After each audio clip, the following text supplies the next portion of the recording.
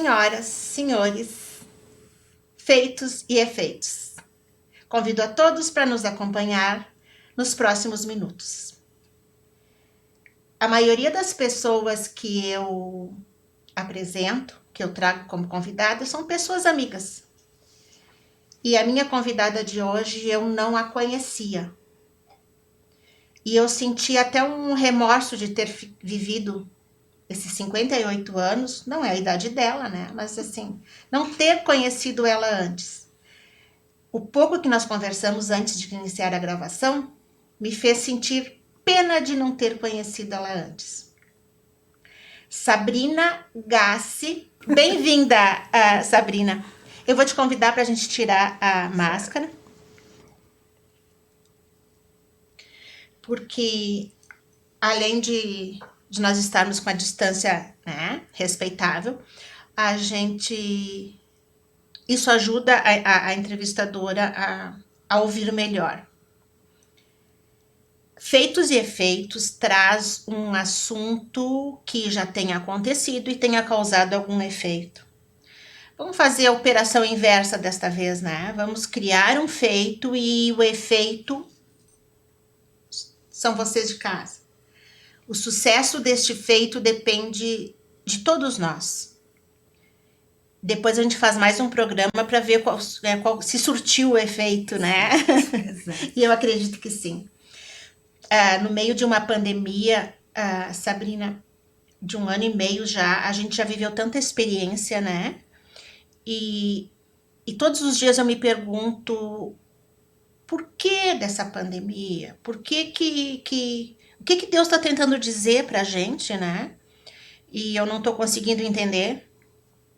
O não poder nos abraçar. Esses dias eu pensei, eu acho que Deus quer que a gente aprenda a abraçar com a alma, coisa que nós não estávamos mais fazendo, e nós não estamos mais fazendo. E o motivo de tu estares aqui hoje é que essa iniciativa e esse projeto é um abraço da alma. E nós soubemos o que é e vocês vão saber agora. A Sabrina hoje vem representando um projeto que é o Brechó dos Anjos Guerreiros. Dos Anjos Guerreiros. Já pedi 13 vezes para a Sabrina antes de começar para não esquecer. Este projeto surgiu para ajudar 3 crianças, né? No caso, que tem problemas. Qual é o problema dessas crianças? Então, são 3 crianças, 2 com paralisia cerebral e outra menina com síndrome de Angelman, que é uma doença genética. Crianças com limitações cognitivas, limitações físicas importantes e, enfim, que precisam do auxílio da nossa comunidade para que elas consigam ter uma melhor qualidade de vida, não é? Conforme nós conversamos, eu fiquei encantada, né, com a história, porque assim, Sabrina, tu estava me contando, esse projeto, tu chegou nesse projeto por quê? Qual é a tua profissão? Então, eu sou fisioterapeuta de uma dessas crianças, do João Vitor, e através dele foi que eu cheguei nesse projeto, né? Contando um pouquinho de como esse projeto surgiu, né? Foram as mães que idealizaram e me chamaram então para fazer parte. E eu prontamente aceitei. Tu trabalhas aqui em Farroupilha? Eu trabalho em Caxias do Sul. Em Caxias. E tu é natural daqui? Eu sou de Caxias também. De Caxias também? Sou moradora em Farroupilha. Isso.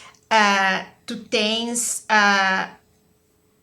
Tu é mãe? Sou mãe de 2 meninos lindos. 2 meninos? 2 meninos. Rafael e Vicente. Saudáveis. Saudáveis, lindos, perfeitos, se é que assim a gente pode chamar. Não dá chamar. para esquecer nem um dia disso, principalmente quando a gente trabalha com crianças com alguma deficiência, né? Exatamente. Com alguma limitação. Exatamente.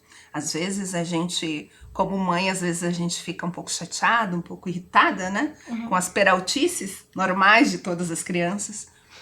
Mas aí eu me pergunto, né? E me faço essa reflexão, na verdade, de o quanto essas mães gostariam que os filhos fizessem essas peraltices, né? E por vezes não fazem. Então é muito complicado, assim. Nos faz, principalmente nesse momento que a gente ficou mais tempo junto com os nossos filhos, né, por conta do isolamento, eu ouvi tantas queixas, né, e às vezes eu mesma me digo, que bom que meus filhos aprontam, que bom que meus filhos agitam, fazem todas as peraltices, porque na nossa vivência profissional, na minha vivência profissional, o que as mães mais gostariam era isso, né? Não tem, infelizmente. É uma força, né, que tu tem que... Essa comparação que todos nós deveríamos ter, né, diariamente, de que, assim, o nos comparar com o menos, o mais limitado, é saudável para a gente reconhecer, né, os benefícios que nós temos na vida que muita gente não tem. E às vezes, o que eu percebo, né, nessa vivência profissional? Coisas tão simples. Às vezes a criança conseguir se alimentar sozinho. A gente não dá valor normalmente, né, para os nossos filhos conseguirem pegar uma colher e levar até a boca. Para essas crianças isso é uma grande vitória. Dar um sorriso é uma grande vitória. Poder segurar a cabeça é uma grande vitória. E a gente não valoriza isso nos nossos filhos. Então, cada pequeno ganho dessas crianças é tão importante. Então, a gente acaba tendo um outro olhar diante das reais necessidades e das reais conquistas da vida. Não é que a gente se queixe da vida sem motivo, todo mundo tem direito de se queixar, né? Sim. Mas assim, quando a gente perde um pedaço, né, mental, emocional, social, físico principalmente, a gente reconhece quando perde. O meu pai dizia, eu bugo sempre na frente, eu sempre conto uma história, comparo com uma história minha. Quando eu tirei fiquei 5 anos sem o seio direito, né? Que eu já tive câncer nos dois, mas isso é fato, todo mundo já sabe. Que eu fiquei 5 anos sem um seio direito, então fica reto aqui assim, né? Aí eu fiz a reconstrução e foi no verão, né? Aí a primeira coisa que me deu muito prazer, e é tão absurdo, uma coisa tão mínima, mas assim, ó, eu estava suando entre os seios, sabe? E eu achei que isso nunca mais ia... Eu senti orgulho de estar suando entre os seios, estava todas umas bolinhas molhadinhas assim. Então, assim, imagina uma situação, né, das mães, e a gente vai falar do projeto, mas eu vou tentar gastar assim o tempo inteiro antes para as pessoas saberem por que é que existe esse projeto, né? Uma criança com problema neurológico, ela vai ter sempre este problema. Sim. Claro que existem diferentes patologias, enfim, não é? Essas crianças, elas não têm patologias progressivas, ou seja, não é que vai piorar, mas as limitações que elas apresentam já são muito importantes, né? E por vezes... Irreversíveis. Então, a gente fala aí de crianças que não conseguem caminhar, algumas não conseguem controlar o tronco, não conseguem segurar a cervical, não conseguem se alimentar sozinhas, não falam. Então são crianças lindas, mas que precisam de um apoio muito grande, né? E aí a gente fala assim, é claro, essas 3 crianças em especial têm famílias incríveis, maravilhosas, que fazem tudo o que elas podem pela criança. Mas não é só de amor que essas crianças precisam de recursos, né? E a gente fala de fisioterapia, fonoaudiologia, terapia ocupacional, psicoterapia, enfim. É uma gama de terapias, sem falar nas medicações, na alimentação especial, nos acessórios, né? Então a gente fala de cadeira de rodas, de cama adaptada, de guincho, enfim. São muitas coisas que essas crianças precisam para ter uma melhor qualidade de vida. E não é só também pela criança, são pelos familiares, né? Porque não é fácil. São atividades, são necessidades diárias. Então, essas crianças precisam, sim, de um suporte muito grande. Eu não sei se eu perguntei o nome delas na gravação. Não, mas vou falar. Vai. Então, é o João Vitor. O João Vitor, ele tem 19 anos, é um menino lindo. Nós temos a Eduarda, ela tem 14 anos. E nós temos a Andriele, de 13 anos, né? São adolescentes, enfim. O João um pouquinho mais velho, já um jovem. Mas todos com necessidades especiais bem importantes, né? Então... todos precisando, os três precisando de uma rede de apoio e de suportes contínuos. Gastos imensos, né? Essas famílias, é claro, elas recebem um auxílio do governo por conta dos programas sociais, mas são insuficientes, né? A gente viu agora nessa pandemia quantas famílias ficaram sem medicamento para as crianças, né? Sem alimentação, porque muitas precisam de uma alimentação especial, fralda, né? Então, assim, são coisas que, é claro, tem o poder público auxilia, mas, assim, a gente como comunidade, a gente precisa também se envolver e auxiliar nisso, porque os gastos são imensos. E essas famílias nem sempre conseguem dar conta, né? Geralmente não consegue, porque assim, a mãe é provedora da casa e ao mesmo tempo tem que cuidar 24 horas de uma criança Não assim. tem como delegar a função a outro, né? Até porque muitas, essas 3 crianças em especial, elas têm dificuldades de fala. Então, é claro que elas têm uma forma de comunicação, porém, não é uma forma de comunicação que que é de fácil entendimento para qualquer um que seja de fora. Essas vidas se adaptam a uma rotina. Elas se adaptam, a mãe consegue entender o que a criança quer pelo olhar. Talvez uma de nós não conseguisse entender, né? Então, as mães acabam delegando 24 horas do dia em função dessas crianças. E quando eu falo 24 horas, são 24 horas mesmo, porque durante a noite elas têm que ficar atentas, né? Para medicação, para ver se a criança não vai ter nenhum tipo de crise, enfim. Então são 24 horas de zelo, 7 dias por semana. Essas mães, elas estão sempre envolvidas. E na nossa conversa anterior, tu comentaste que assim, e a gente sente não só, né, todo o voluntariado que está envolvido em algum projeto, a pandemia diminuíram as doações durante a pandemia. Com certeza. Muitos apoiadores acabaram deixando, né? Porque também acabaram perdendo os empregos, enfim, a renda acabou ficando um pouco menor. Então, algumas pessoas que podiam contribuir, infelizmente, não por vontade própria, mas pela situação que a gente vive, deixaram de apoiar, né? E a gente... Então, entrou num processo onde essas mães, se não fizerem algo, elas vão se endividar, né? E aí já gera um outro problema. Então, são muitos gastos, muitos gastos. Daí a necessidade de fazer algo, né, para tentar reverter um pouco essa situação. Se chega numa situação que, assim, eu vou... No momento que uma criança dessas dorme, ela não... tem problema nenhum aquela noite inteira, aquela mãe não sabe como é que ela vai resolver o problema do dia seguinte, então a hora que ela teria para descansar, ela não tem como descansar, porque existe outros problemas além das condições clínicas do filho. Na verdade, o que me impressiona mais, e eu preciso falar isso, é que essas mães, elas não reclamam. Essas mães... são extremamente guerreiras, porque elas abrem mão do bem-estar próprio, da saúde emocional, da saúde física em prol dos seus filhos. Então, é impressionante, assim, porque além de ter uma carga, de ter um filho com uma necessidade especial, que só isso para qualquer um de nós já seria extremamente pesado, você tem toda uma questão socioeconômica envolvida, né, que elas precisam dar um jeito.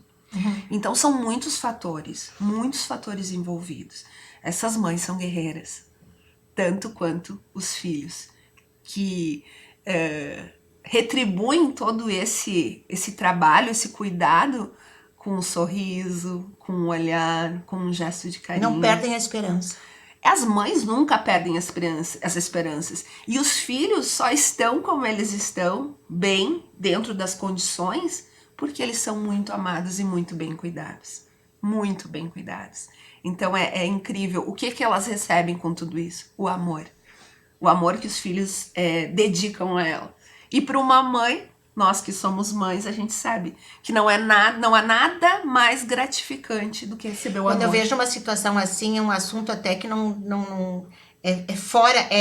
fora da estética do assunto, mas assim, ó, a primeira vez, com exceção dos regozijos de criança do vômito, o meu filho, a primeira vez que ele vomitou, ele sentiu muito nojo, porque foi de uma ressaca. Eu sei assim, tu quer mais Deus, muito obrigado, sabe? Nenhuma dor de barriga não passou durante, sabe? Eu não sabia o que era hospital, nada, sabe? Então, assim, depois de adulto, foi mais peraltices e coisas que não eram doenças nenhuma, Sim, né? sim. Isso eu sempre consegui reconhecer, sabe? Porque eu vi amigas que passavam, né, noite porque teve febre. O que é isso? O filho nunca teve. Então, assim, ó, eu sou muito bem abençoada, mas ao mesmo tempo eu tenho que me sentir responsável por essa bênção. Por isso que, assim, tem que ser ajudada. No momento que eu fazia quimioterapia, era doído, era triste, né? Por causa de um câncer, só quem passou por uma quimioterapia sabe o que é. Mas ao mesmo tempo eu chegava lá e eu encontrava mães acompanhando filhos que iam fazer a quimioterapia. Eu disse assim, graças a Deus sou eu, não é meu filho, sabe? E isso não tem preço que pague. Então eu não posso ficar de mãos atadas, né? E é isso que é muito importante. Tu comentaste também, Sabrina, comigo, que a iniciativa, essas mães formam uma rede onde se conhecem, nós usamos de sala de espera. Sala de espera. Essas mães acabam criando um laço de amizade por se conhecer nas salas de espera das, enfim, diferentes terapias. Uma apoia a outra. Apoiando a outra, porque infelizmente na nossa sociedade não há um apoio específico para as mães, né? Essas mães, elas estão de certa forma desamparadas. E elas nem se queixam com relação a isso. Então, elas acabam se sentindo um pouco mais tranquilas e acalentando o coração quando elas encontram a outra e fazem essa troca, né? Uhum. Então, essas 3 mães são mães que se conheceram em sala de espera, né? Uma entendendo a necessidade da outra, né? E isso é incrível, porque essa é a rede de apoio que normalmente elas têm. Né? Claro que existe todo um apoio familiar e tudo mais, inegável, mas como tu bem disseste, ninguém sabe exatamente da dor quando não se passa. O peso dessa dor. Elas entendem, umas entendem as outras. Por mais que nós sejamos solidárias, nós não sabemos exatamente o que elas passam, entende? Então, uma com certeza tem o poder de auxiliar a outra porque elas já passaram por isso. Elas sabem o quanto é difícil, mas elas também sabem o quanto é gratificante. E é nisso que elas se apoiam. Crianças que nascem com alguma limitação, muitas religiões acredito que vêm resgatar alguma coisa, né? Mas ao mesmo tempo, eu sempre aprendi também que as mães são escolhidas a dedo, porque não é qualquer mulher que suportaria, né, estas dores diárias, e são seres fortes, iluminados, que muito mais evoluídos do que nós mães em geral, né? Exatamente. Elas são mulheres escolhidas. Com certeza, eu tenho certeza disso, porque a gente vê a força, né? A gente vê a força no olhar, a gente vê a força no sorriso. Por mais difícil, por mais cansativo, a força tá ali. E também precisam de ajuda, não é porque são iluminadas e fortes. Sem dúvida. Então eu penso que nós temos essa responsabilidade também, né? Enquanto mulheres, enquanto abençoadas por termos filhos perfeitos, mas acima de tudo como cidadãs, de poder auxiliá-las também. Né? Que seja com o nosso abraço, que seja com o nosso carinho e com a nossa solidariedade, né? Eu acho que é essa a nossa responsabilidade. E eu acho, o pessoal de casa, assim, ó, que chegou a hora da gente se abraçar com a alma. Por isso que a gente vai dar detalhes agora de como é que é. Este brechó vai ser feito aonde? Então, esse brechó ele vai acontecer no dia 6 e 7 de novembro, aqui em Farroupilha, no Clube do Comércio. Vão ser 2 dias, então, onde nós vamos ofertar roupas, obviamente, acessórios, materiais de cama, mesa, banho, utensílios de cozinha, utensílios domésticos, enfim, para venda, né? Todos os objetos que a gente vai colocar para venda serão objetos de doação. Então, por Então isso... a gente pode fazer um chamamento também para que recebam. Exatamente. Acho que agora o principal pedido que nós temos é que a comunidade se envolva nas doações. Nós precisamos de doação, principalmente de roupas, calçados, acessórios, o que você tem na sua casa. Tantas vezes nós temos um guarda-roupa cheio de coisas, passa verão, passa inverno e a gente não utiliza. E são roupas em bom estado. Por que não tornar isso de uma certa forma solidário? Contribuir. É sustentável e de certa forma vai ajudar várias pessoas. Não só o planeta, vai ajudar as crianças, vai ajudar a comunidade, porque vai poder comprar roupas e acessórios com um valor muito mais em conta. Nós não queremos abusar em custos e nada disso. A gente quer ajudar todo mundo. Eu acho bastante democrático o brechó, porque assim, tu estás ajudando quem vai receber o lucro e tu estás ajudando, então o projeto é um sucesso, né, financeiramente. Sim. E tu ao mesmo tempo está ajudando quem não tem condições de gastar, comprar, né? Exatamente. E é uma forma sustentável, né? Então, eu diria também é um auxílio para o nosso planeta, de ter menos gastos, de ter menos impacto, né, na nossa natureza, porque a gente vai estar ressignificando peças. Então isso é muito importante. O meu apelo agora à comunidade é o seguinte: doem, desengavetem as coisas, porque a gente não precisa de muito. Então por que não auxiliar? Nós vamos ter na cidade 2 pontos de coleta. Eu ia te perguntar onde é que ia. Nós temos 2 pontos de coleta fixos em Farroupilha e 2 pontos de coleta fixos em Caxias do Sul. Por que em Caxias do Sul também? Porque uma das crianças é de Caxias do Sul, o João Vitor, e as 2 meninas, a Andriele e a Eduarda, são aqui de Farroupilha, né? Então, assim, nós vamos ter no Hotel Bem-TV, em Caravaggio, que é um local turístico, vocês podem fazer as doações, nós vamos estar recebendo lá, vai ter uma caixa para coleta. Na Benoite, aqui de Farroupilha, na Avenida Júlio de Castilhos, também vai ter uma caixa para coleta. Em Caxias do Sul, nas escolas para nadar, tanto na unidade do Panassolo quanto na unidade do Sagrada Família, também vão ter caixas para coleta. Então, é muito importante nesse momento que a comunidade se envolva doando. Nós estipulamos uma data máxima para coleta, porque é óbvio, nós precisamos fazer uma triagem, né? Então, a data máxima para coleta é no dia 24 de outubro. Então, aí nós temos um bom tempo para poder desengavetar as coisas e poder juntar, né? A partir do dia 24 de outubro, então, nós vamos estar juntando todas essas peças, vamos estar reorganizando elas, né? E é importante frisar que tudo que nós recebermos que não estiver em condição de venda, porque às vezes as pessoas nos dão peças boas, mas são, por exemplo, o que nós já recebemos recentemente, eram uniformes de escola. Então a gente não vai colocar para venda, porém são peças boas. O que nós vamos fazer? Nós vamos ter uma caixa também no local, no dia do brechó, para doação.